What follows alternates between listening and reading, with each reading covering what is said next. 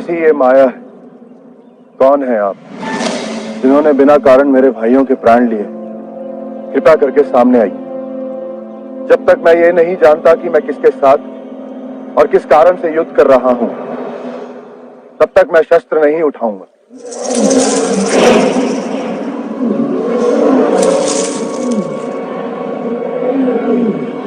मुझे आपसे कोई भय नहीं। अनजाने में मैं आपका अपमान नहीं करना चाहता। कृपया प्रकट होकर सामने आए।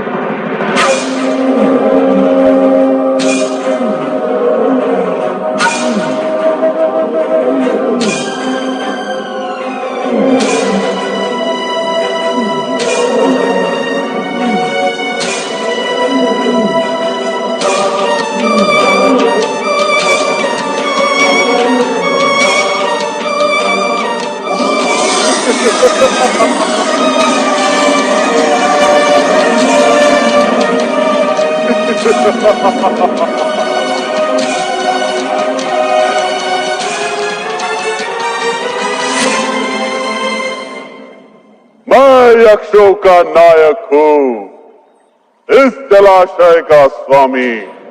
किसी भी मनुष्य को ये अधिकार नहीं कि वो इस जलाशय से जल भर सके, किंतु तुम्हारे भाई नकुल ने बिना अधिकार के मेरे इस जलाशय से जल भरने का प्रयत्न किया। इसीलिए मैंने उसका वध कर दिया।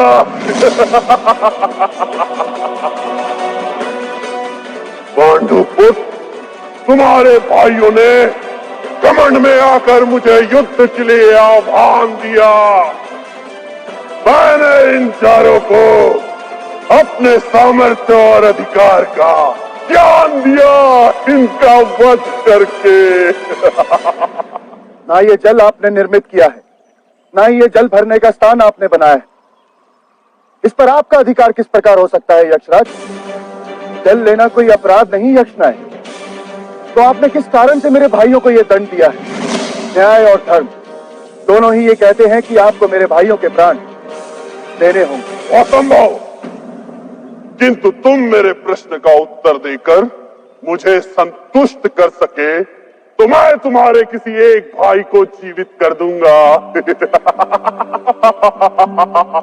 मेरे 4 भाइयों की मृत्यु के बाद मेरा जीवित रहना संभव नहीं यक्षराज।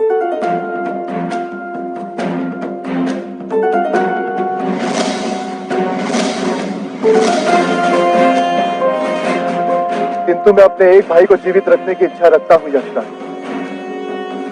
इसलिए अपनी बुद्धि के अनुसार आपके मन का समाधान करने का प्रयत्न करूंगा। पूछिए प्रश्न यक्षराज।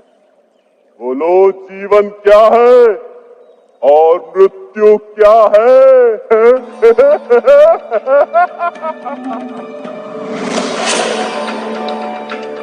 ऋग्वेद का कथन है यक्षराज, समास्त दग्रे संव्रत तदादि मनसो रेतः प्रथम यदासित।